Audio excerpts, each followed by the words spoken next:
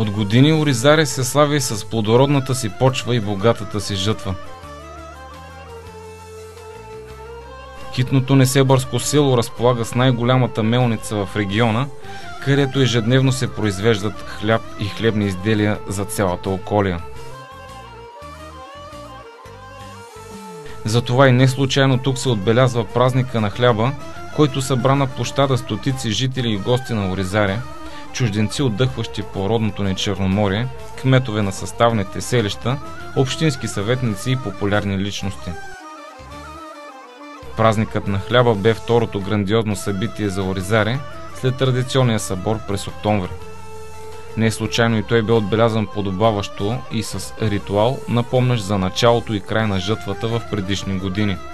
Затова и в официалната програма хлябът бе благословен, а след това с музика и танци хората се веселяха заслужено.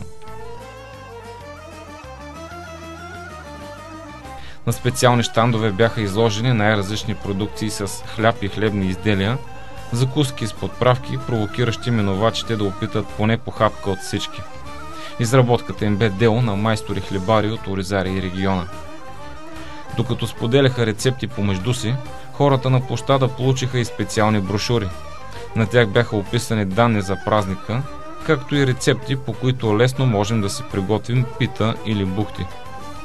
И явно хлебните изделия до такава степен се харесаха на всички, че някои дори отнесоха от дома по някое и друго хлебче, а други още на площада изконсумираха апетитните изделия, при това за кратък период от време.